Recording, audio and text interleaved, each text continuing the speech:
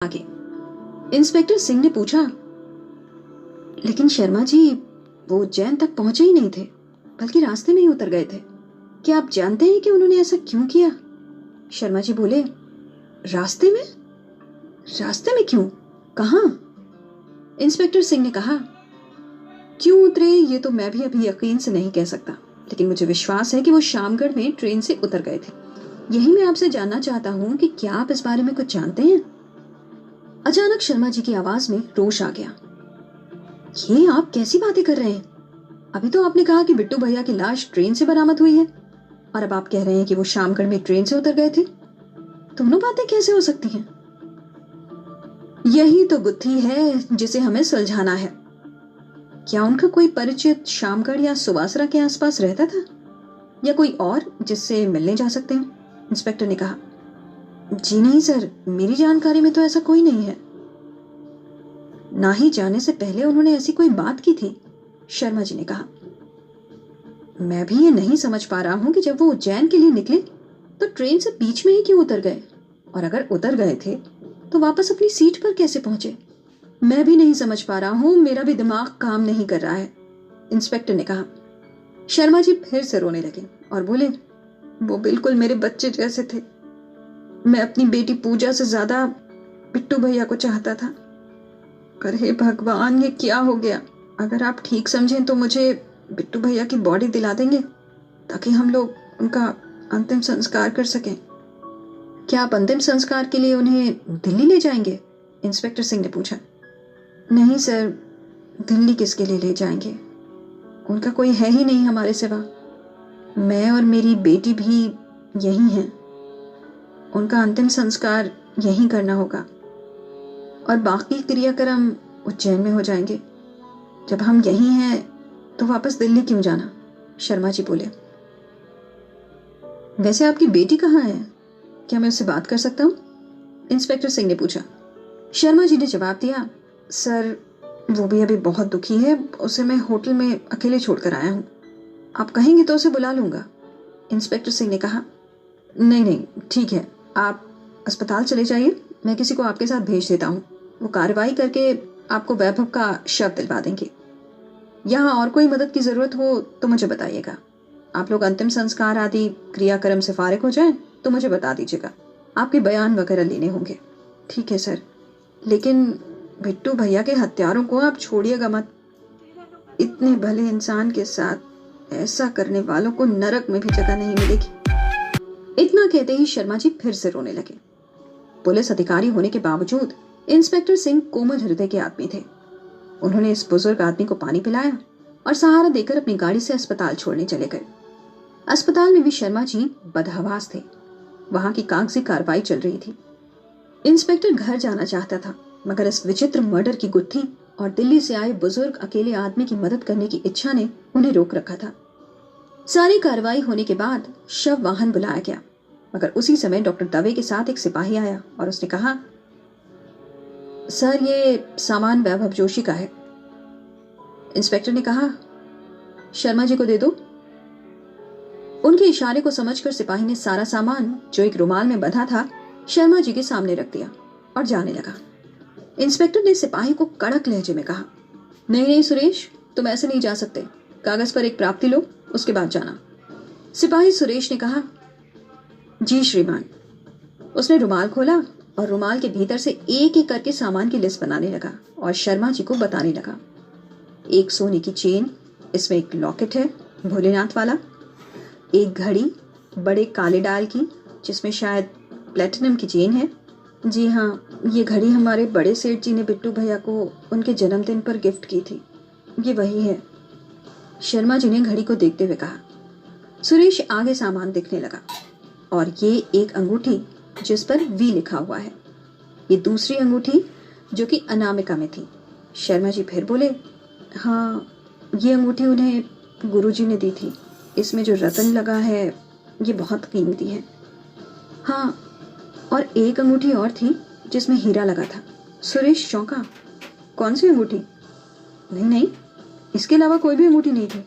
अरे कैसी बात करते हो? अचानक शर्मा जी का रुख बदल गया। इंस्पेक्टर की निगाह उसके चेहरे पर थी। सुरेश बोला, इसके अलावा कोई अंगूठी नहीं थी। अरे नहीं नहीं, एक अंगूठी और होगी जिसमें एक हीरा जड़ा हुआ है। देखिए जरा, वो अंगूठी निश्चित तौर पे होनी चाहिए। शर्मा जी जोर देकर बोले। नहीं सर, जो सामान था वो यही था। इसके अलावा उनका पर्स है जो थाने में है, और उनका बैग भी। बस उनका इतना ही सामान था, सुरेश ने जवाब दिया। पता नहीं वो अंगूठी कहाँ चली गई। वो अंगूठी बड़े सेठ जी की थी। उनके मरने के बाद वो अंगूठी बिट्टू भैया पहनने लगे थे। शायद उनकी खानदानी अंगूठी थी, बहुत ज्यादा कीमती थी। उसमें बहुत बड़ा हीरा जड़ा हुआ था, पुरानी कारीगरी की थी, शर्मा जी ने कहा। उन्हें उस अंगूठी के खो जाने का अफसोस था जो उनके चेहरे से नजर आ रहा था, मगर इंस्पेक्टर को अपनी तरफ आते हुए देखकर वो फिर से रोने लगे। ऐसे समय में कीमती अंगूठी की याद करना इंस्पेक्टर को थोड़ा अजीब लगा।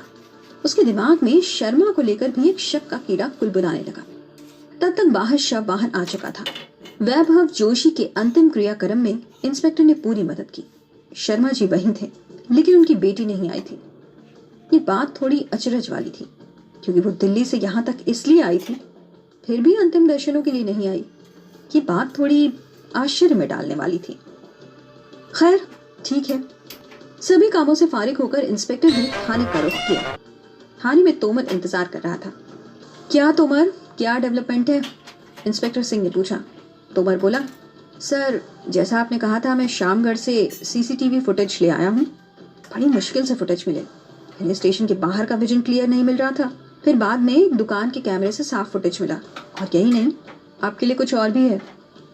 इंस्पेक्टर सिंह ने कहा। हाँ हाँ बताओ, मुझे पता है तुम गए थे तो कुछ करके ही आए होगे। जल्दी बताओ, क्या पता चला? तोमर ने बताना शुरू किया। सर ये देखिए, रेलवे स्टेशन का फुटेज। रात 1:45 पर वैभव जोशी ट्रेन से उतरता नजर आ रहा है। वो ट्रेन से उतर रहा है और फोन उसके कानों पर लगा है। वो इधर उधर देख रहा है और उसके बाद रेलवे स्टेशन से बाहर निकल कर आ जाता है। बाहर के कैमरे में कुछ भी नजर नहीं आ रहा, लेकिन एक बात अजीब है। एक दुकान पर लगे कैमरे में मैंने देखा कि गाड़ी आने के 10 मिनट पहले लाल रंग की आई-10 गाड़ी रेलवे स्टेशन की तरफ से आ रही है। इसके अलावा कोई भी गाड़ी रेलवे स्टेशन नहीं गई, और वैभव के उतरने के 5 मिनट बाद ये गाड़ी फिर यहाँ से निकली है।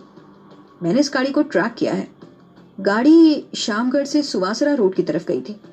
आगे के 3 सीसीटीवी कैमरों पर हमें इसकी फुटेज मिली। समय का पता था, इसलिए खोजना आसान रहा। आगे चौराहे पर तैनात पुलिस वालों ने भी बताया कि लगभग उसी समय ये गाड़ी उन्हें वहां से जाती नजर आई।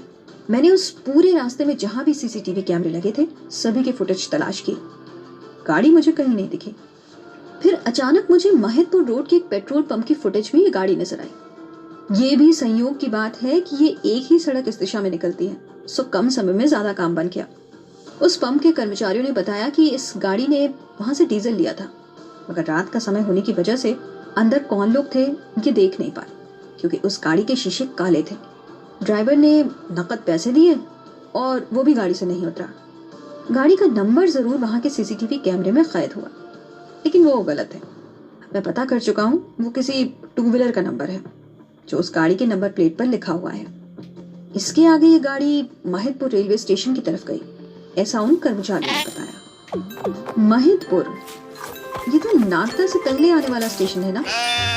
इंस्पेक्टर सिंह ने पूछा। तोमर ने जवाब दिया, जी सर वही है। वहाँ गाड़ी करीबन 4 मिनट रुकती है और फिर आगे बढ़ती है। इंस्पेक्टर सिंह बोले, महिदपुर, अच्छा, ये तो वही स्टेशन है ना जहाँ रेल की पटरी और सड़क बिल्कुल साथ साथ चलती है?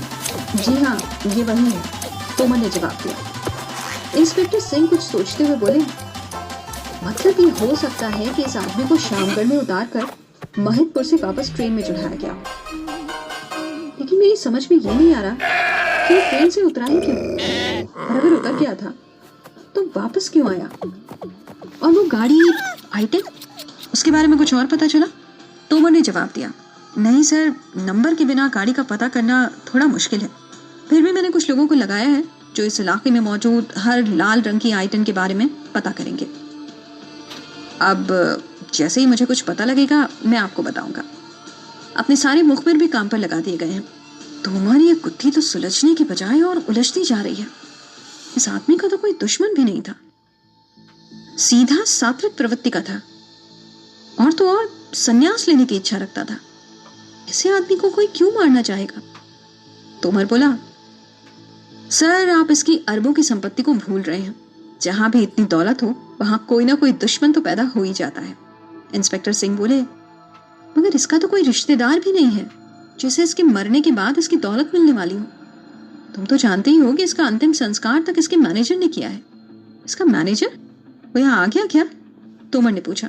हाँ, उसी ने बॉडी क्लेम की और अंतिम संस्कार भी कर दिया, इंस्पेक्टर सिंह ने जवाब दिया। अचानक कुछ सोचते हुए तोमर बोला, सचमुच सर ये बात सुनने में बड़ी अजीब लग रही है कि कोई व्यक्ति ट्रेन से उतरकर खुद किसी के साथ जाए, वो भी अपना सफर छोड़कर अपनी मर्जी से, और बाद में उसी ट्रेन में मरा हुआ मिले। मुझे ना तो इस हत्या का कारण समझ में आ रहा है और ना ही ये हत्या किसने की इसका कोई सुराग समझ में आ रहा है। चलो, ईश्वर कोई ना कोई रास्ता तो दिखाएगा ही। ये मेरे करियर का सबसे अजीब केस है। इंस्पेक्टर सिंह बोले, तोमर मैं तो पहले समझ रहा था कि सामान्य मौत है, मामला कुछ और निकला। चलो ठीक है, तुम एक काम करना, शाम को आ जाना, उस शर्मा से पूछताछ करने के लिए होटल चलेंगे। शायद कोई काम की जानकारी मिल जाए, और ये भी पता करो कि इसकी मौत से किसको क्या फायदा मिलना है, और इसके बाद अब इसकी सारी संपत्ति का क्या होगा। शायद वहीं से हमें कुछ क्लू मिल जाए। तोमर बोला, ठीक है सर, दिल्ली में संबंधित थाने से कांटेक्ट करता हूँ, जरूरत होगी तो मैं खुद दिल्ली चला जाऊंगा। मैं पता करने की कोशिश करता हूँ, फिर हाजिर होता हूँ श्रीमान। इंस्पेक्टर सिंह भी अपने साथी की काबिलियत के कायल थे। तोमर जितना ढीला ढाला नजर आता है उससे कई गुना तेज है। जांच करने में तो उसकी आईक्यू और नेटवर्क का लोहा बड़े बड़े अफसर भी मानते हैं। अब इस केस में ही देखिए, जितनी फुर्ती से उसने जानकारियां हासिल कर ली हैं, वो सामान्य मामलों में 7 दिन का काम था। सिंह साहब यही सोच रहे थे कि तभी उनके फोन की रिंग बजी।